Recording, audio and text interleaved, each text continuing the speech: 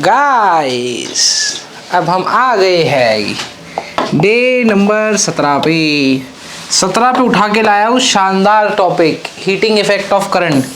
भाइयों और बहनों, बहुत ही खतरनाक चैप्टर है, बहुत ही खतरनाक चैप्टर इलेक्ट्रिसिटी का, बहुत ही खतरनाक टॉपिक है। मिस मत कर देना। PYQs कराऊंगा 2024 के जो भी आए रिसेंट, ताज़ा 6-7 महीने पहले, ठीक है। 2024 के इनके PYQs कराऊंगा हीटिंग इफेक्ट ऑफ करंट में, और एक ऐसा शानदार फॉर्मूला बताऊंगा तुम्हें हीटिंग इफेक्ट ऑफ करंट का, तुम्हारा दिमाग खराब हो जाएगा कि CBSE इस फॉर्मूले को ऐसे भी पूछ सकता है। मज़ा आ जाएगा, लाइफ सेट हो जाएगी, ठीक है। तो चालू करते हैं heating effect of current. Heating effect of current नाम से हमें समझ आ रहा है हीट, पकड़ते ही तुम्हें ऐसा लगेगा गरम गरम गरम गरम सा। हीटिंग इफेक्ट ऑफ करंट का तुमने रियल लाइफ एग्जांपल देखा होगा, प्रेस, उसमें करंट दौड़ती है और प्रेस गर्म हो जाती है। क्यों? करंट से प्रेस हो रही है तो गर्म हो रही है, तो इसलिए उसको क्या बोला जाता है? Heating effect of current. Current जो हीट प्रोड्यूस करेगा, करंट जो हीट प्रोड्यूस करेगा, उस हीट प्रोड्यूस के इफेक्ट को बोला जाएगा हीटिंग इफेक्ट ऑफ करंट। जो करंट हीट प्रोड्यूस करेगा, कोई भी वायर ले लेते हैं, एक बढ़िया सी शानदार वायर। अब इसमें से जो भी हीट प्रोड्यूस होगी, इसमें से जो भी हीट प्रोड्यूस होगी, इसमें से जो भी हीट प्रोड्यूस होगी, इस हीट को, इस हीट, ये जो हीट प्रोड्यूस होगी, इस हीट के इफेक्ट प्रोड्यूस होने को कहा जाता है हीटिंग इफेक्ट ऑफ करंट। इस हीट के इफेक्ट प्रोड्यूस होने को क्या कहा जाता है? इसको कहा जाता है हीटिंग इफेक्ट ऑफ करंट। यानी ये हीट हो रहा है, यानी ये हीट हो रहा है, इसको क्या बोला जाएगा? Heating effect of current. इसको क्या बोला जाएगा? Heating effect of current. अब होता क्या है, कैसे होता है, वो मैं तुम्हें समझाता हूँ, देखता जा, ठीक है। होगा क्या, अब सुन।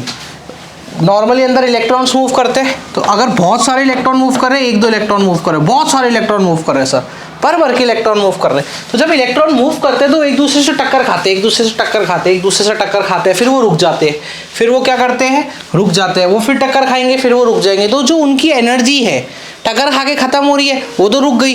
तो वो जो टक्कर खाने के बाद, सपोज मेरे पास 500 जूल एनर्जी है, टक्कर खा के रुक गया, 500 जूल तो खत्म हो गई ना मेरी, तो उस टक्कर में मेरी 500 जूल एनर्जी लूज हो गई, और वो 500 जूल एनर्जी जो मेरी लूज हो गई वो हीट की फॉर्म में फिर बाहर आती है। तो इसीलिए इस इफेक्ट को बोला जाता है हीटिंग इफेक्ट ऑफ करंट। अब ये हीट किन किन बातों पर डिपेंड करेगी?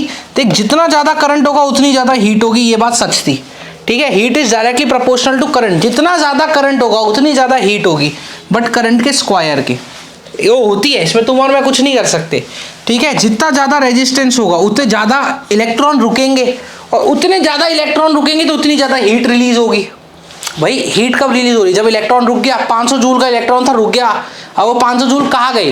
हीट की फॉर्म में बाहर गए। तो जितने ज़्यादा इलेक्ट्रॉन रुकेंगे उतनी ज़्यादा हीट जनरेट होगी, और heat directly proportional time, time बढ़ेगा तो हीट भी बढ़ेगी। जब मैं तीनों को कंबाइन कर लूँगा तो ये फॉर्मूला आता है मेरा I²RT। क्या फॉर्मूला आता है बच्चे? I²RT।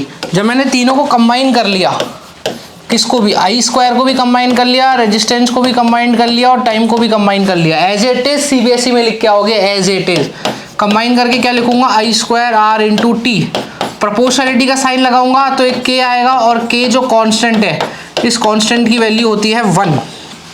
तो ये फॉर्मूला आ गया हीट का I²RT। ये हीट का क्या फॉर्मूला आ गया? I²RT। This is the formula of heat. कौन सी हीट? जब भी कोई इलेक्ट्रॉन वायर में बह रहा है, जब भी कोई इलेक्ट्रॉन वायर में बह रहा है, तो जो वो हीट जनरेट करेगा, ये वो हीट जनरेट को बोलते हैं H = I²RT। उस हीट जनरेट को क्या बोलते हैं? H = I²RT। आगे यहाँ तक कहानी समझ में? अब देख, ये अकेला ही फॉर्मूला नहीं है हीट का। पहले के टाइम पे क्या होता था, बोर्ड आजकल पागल हो गया है बिल्कुल, मतलब उसने इस फॉर्मूले को इतने गजब तरीके से पूछा है ना, आजकल बोर्ड का दिमाग खराब हो रखा है। मतलब बहुत ही अच्छे तरीके से इस एक फॉर्मूले को पूछा, तुम सुनोगे तुम्हारा दिमाग खराब हो जाएगा कि इस तरीके से भी बोर्ड इस फॉर्मूले को पूछ सकता है, ठीक है। तो चलो खैर, कहानी तो बात की है, मैं तुम्हें बताता हूँ क्या है फॉर्मूला, ठीक है। अब देख, इसका एक फॉर्मूला और हो सकता है, क्या? I²R, ओम्स का यूज कर फॉर्मूले का, V = IR। तो हीट का एक फॉर्मूला और होता है आई की जगह डाल दे, इधर से आई की जगह क्या डाल सकते हैं बच्चे, अपन डाल सकते हैं वी अपॉन आर। तो आई की जगह डाल दे वी अपॉन आर, तो ये हो गया V square into R into T. I की जगह क्या डाल दिया, वी अपॉन आर डाल दिया, एक आर से एक आर मरेगा, तो हीट का एक फॉर्मूला और आ गया बच्चे, V square upon R into T. भाई आजकल पहले नहीं पूछते थे बोर्ड में, इतनी माथाफोड़ी नहीं करते थे पहले, आजकल करने लगे हैं। ये पावर में भी काम आएगा। यहाँ से बस टाइम गायब कर दूंगा, यहाँ पे V square upon R into T है ना, तो टी हटा दूंगा, पावर बन जाएगा। Heat upon time is known as power. अब एक और इस फॉर्मूले का एप्लीकेशन आता है, वो भी ध्यान से सुन। क्या, H is equals to I square R T है ना, तो एक और एप्लीकेशन सुन, दूसरे कलर से लिख के दिखाता हूँ। H is equals to I square को लिख दे I into R into T, तो चल ही रहा है, ये लिख दे, ठीक है। आई इंटू आर, ये जो आई इंटू आर है इसको पूरा वी से रिप्लेस कर दे, क्योंकि ओम्स लॉ है, तो हीट का एक फॉर्मूला और आ गया, आई वी टी, या फिर मैं इसको ऐसे लिख देता हूँ, heat is equals to V I T. तो आजकल बोर्ड क्या है, जिसका बोर्ड का हो रहा है दिमाग खराब, वो कैसे भी कुछ भी पूछ सकता है, तो आपको बहुत डीप तरीके से समझना पड़ेगा कर क्या रहा है, ठीक है। बोर्ड पाला पागल हो रखा है आजकल। आजकल तो नहीं, एक दो साल पहले उसने पूछा था और अच्छा सवाल पूछा था, मतलब अच्छा था, क्वेश्चन बढ़िया था। तो एक ये फॉर्मूला हो गया, ठीक है। अब वो क्या क्वेश्चन पूछा था वो मैं तुम्हें आगे जाके सिखाऊंगा, कि ये तो देख हीट के मतलब 3 फॉर्मूले निकाल लिए अपन ने, ठीक है। वैसे तुम्हें तो ड्राइव जो करके आना है पेपर में, वो यही करके आना है, H is equals to I square R T. पर तुम्हारे कभी कभी ये भी काम आ सकता है, V square R upon T, या फिर हीट का फॉर्मूला ये भी काम आ सकता है, वी आई इंटू टी। तो ये 3 फॉर्मूले तुम्हारे हीट के काम आ सकते हैं, ठीक है। हीट क्या है, एनर्जी यानी वर्क डन। तो हीट की जो एसआई यूनिट होती है, वो एसआई यूनिट भी क्या होगी बच्चे, जूल होगी। हीट की जो एसआई यूनिट है वो भी क्या होगी, जूल होगी। देख मैं जितना डीप पढ़ा सकता हूँ मैं पूरा पढ़ा दूंगा इस लेक्चर में, तो मेरे को समझ में आ जाएगा मस्त वाला। तो हीट की एसआई यूनिट भी क्या हो जाएगी बच्चा, जूल। हीट की एसआई यूनिट भी क्या हो जाएगी, जूल। ये एज इट इज हीट में काम आएगा, एज इट इज। पावर जब मैं भी कराऊंगा ना आगे जाके, पावर में एज इट इज काम आएगा, एज इट इज। तो इसके बाद पावर देख लेना और दिमाग में सटीक सेट हो जाएगा पावर कैसे करना है, ठीक है। तो ये हीट का बच्चे मेरे पास बेसिक फॉर्मूले आ गए। एसआई यूनिट इसकी जूल होती है। अच्छा, जूल के भी 2 छोटे भाई होते हैं, मिली जूल, माइक्रो जूल, आगे देखेंगे। तो चलो क्वेश्चन से स्टार्ट करते हैं। क्वेश्चन कैसे करना है, अब देख, अगर मुझे करंट और रेजिस्टेंस दे रखा होगा तो ये वाला फॉर्मूला लगाऊंगा, मुझे वोल्टेज और रेजिस्टेंस दे रखा होगा तो ये वाला, मुझे वोल्टेज और करंट दे रखा होगा तो ये वाला। 3 फॉर्मूले है, देखी जाएगी क्या क्या लगाना है। पहला क्वेश्चन पढ़, पहले क्वेश्चन में क्या कह रहा है, पहले क्वेश्चन में कह रहा है इलेक्ट्रिक आयरन ऑफ रेजिस्टेंस 20 ओम। तो पहले क्वेश्चन में रेजिस्टेंस दे रखा है मुझे 20 ओम। पहले क्वेश्चन में रेजिस्टेंस कितना दे रखा है मुझे, 20 ओम। करंट दे रखा है मुझे 5 एम्पियर, करंट दे रखा है मुझे 5 एम्पियर। और टाइम, हीट पूछिए हीट, और टाइम कितना दे रखा है 30 सेकेंड। तो देख, करंट दे रखा है, रेजिस्टेंस दे रखा है और टाइम दे रखा है, तो फर्स्ट वाला फॉर्मूला यूज करूंगा हीट में। लगा दे हीट के लिए पहला वाला फॉर्मूला। अबे देखो यही तो कह रहा है, हीट पूछा है तो तेरे हीट से दिमाग में 3 फॉर्मूले आने चाहिए। क्या क्या पहला फॉर्मूला आना चाहिए, या तो आई स्क्वायर आर हो जाएगा इंटू टी, या फिर आई स्क्वायर की जगह हो जाएगा V square R upon into T, या वी आई टी। तो मेरे को आई आर दे रखा है तो मैं ये ऑटोमेटिकली ये वाला फॉर्मूला यूज करूंगा। तो हीट लगा, हीट का फॉर्मूला क्या होता है, I square R into T. I square कितना हो जाएगा, करंट का स्क्वायर बोलो, करंट का स्क्वायर 25, रेजिस्टेंस बोल, रेजिस्टेंस 20, और टाइम बोल, टाइम हो गया 30। तो मल्टीप्लाई कर, 25 इंटू 20 कितना हो गया, 25 इंटू 20 होता है 500, और साथ में चल रहा है 30, और 500 इंटू 30 कितना हो गया 15,000। तो ये आंसर आ गया मेरा, हीट आ गई 15,000 जूल। मेरी हीट कितनी आ गई बच्चे, 15,000 जूल। ये आ गया आंसर। अरे 15,000 जूल आंसर आ गया। सिंपल सा क्वेश्चन था, इजी सा। आ गई कहानी समझ में, ठीक है। चलो नेक्स्ट क्वेश्चन कर रहा हूँ, इसको हटा रहा हूँ मैं, है ना बच्चे, इसको मैं हटा रहा हूँ। नेक्स्ट क्वेश्चन, सेकंड वाला देख, 2024 का क्वेश्चन था ये जो आया था अभी अभी। सेकंड क्वेश्चन देख, if the resistance of resistor is reduce to half, ठीक है, other parameter is same, the amount of heat. तो देख, heat is directly proportional to I square R into T, ठीक है। If the resistance of resistor हाँ sorry, अपन ये वाला फॉर्मूला यूज नहीं करेंगे। क्यों? क्योंकि देख रेजिस्टेंस को चेंज करने से करंट भी तो चेंज होगा। रेजिस्टेंस को चेंज करने से करंट भी क्या होगा? चेंज। तो अब देख इधर, तो अपन फॉर्मूला कौन सा यूज करेंगे? H is equal to V square R upon T. मैंने इसमें करंट वाला यूज क्यों नहीं किया? मैंने करंट वाला इसलिए यूज नहीं किया क्योंकि रेजिस्टेंस को चेंज करने से करंट चेंज होता है, वोल्टेज कभी भी चेंज नहीं होगा, तो वोल्टेज सेम रहेगा। क्या कह रहा है? रेजिस्टेंस को मैंने आधा कर दिया। रेजिस्टेंस को क्या कर दिया मैंने? आधा। तो जब मैं रेजिस्टेंस को आधा कर दूंगा तो देख R/2 हो जाएगा। डिनोमिनेटर का डिनोमिनेटर कहाँ चला गया? न्यूमरेटर में। तो हीट का फॉर्मूला बन गया 2v square R upon T. तो जो हीट है वो ओरिजिनल की 2 टाइम्स हो गई, यानी इनिशियली तो हीट कितनी निकल रही थी? V square R upon T. Resistance को आधा करने से कितनी निकल रही है? 2v square upon T. तो ऑटोमेटिकली हीट कितनी हो गई बच्चे? 2 टाइम्स हो गई। हीट कितनी हो गई?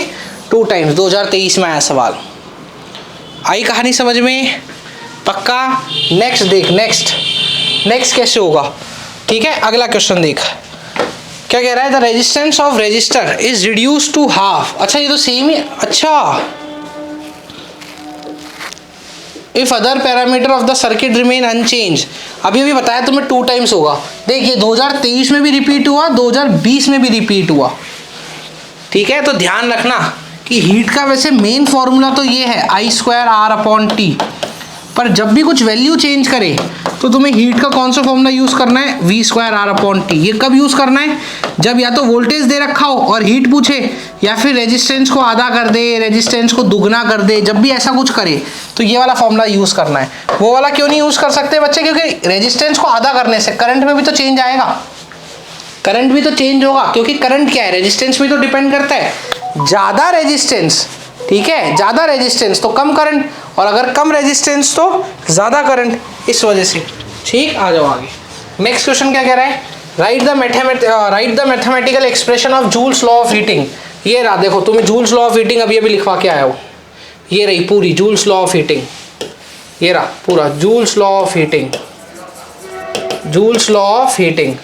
ये तुम्हें पूरी लिखवा रखी है एज इट इज, तुमको ये लिख के आनी है पेपर में। ये जूल्स लॉ ऑफ हीटिंग, ठीक है, ये तुम्हें जूल्स लॉ ऑफ हीटिंग मैंने करा दी है। ये तुम्हें जूल्स लॉ ऑफ हीटिंग मैंने करा दी है। आगे आ जाओ। नेक्स्ट क्वेश्चन क्या कह रहा है? बी वाला पार्ट लिखो।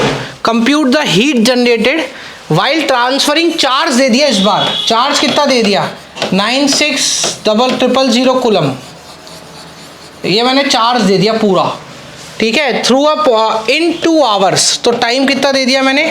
2 hours. Through a potential difference of 40 volt, through a potential difference of 40 volt. और हीट पूछी है। क्या पूछी है मेरे से? हीट। तो देख इसीलिए तो तुमको कह रहा था कि सीबीएसई बहुत तेज हो गया है आजकल। क्या शानदार क्वेश्चन पूछा। बच्चे का दिमाग भी नहीं चल सकता कि यार अगर मुझे चार्ज दे रखा है, बच्चे का दिमाग भी काम नहीं कर सकता कि भाई साहब अगर मुझे चार्ज दे रखा है, तो चार्ज अगर मुझे दे रखा है तो मैं इसमें से हीट कैसे निकालूं। तो देख इसमें फॉर्मूला कौन सा यूज करेगा? वोल्टेज दे दिया और चार्ज दे दिया, मतलब करंट है। तो वोल्टेज और करंट में ये वाला फॉर्मूला काम करता है तेरा, याद कर। वोल्टेज और करंट में हीट के तेरे को कितने फॉर्मूले बताए थे? 3 फॉर्मूले। I square R into T, heat का दूसरा फॉर्मूला बताया था V square R upon into T, और हीट का तीसरा फॉर्मूला बताया था VIT।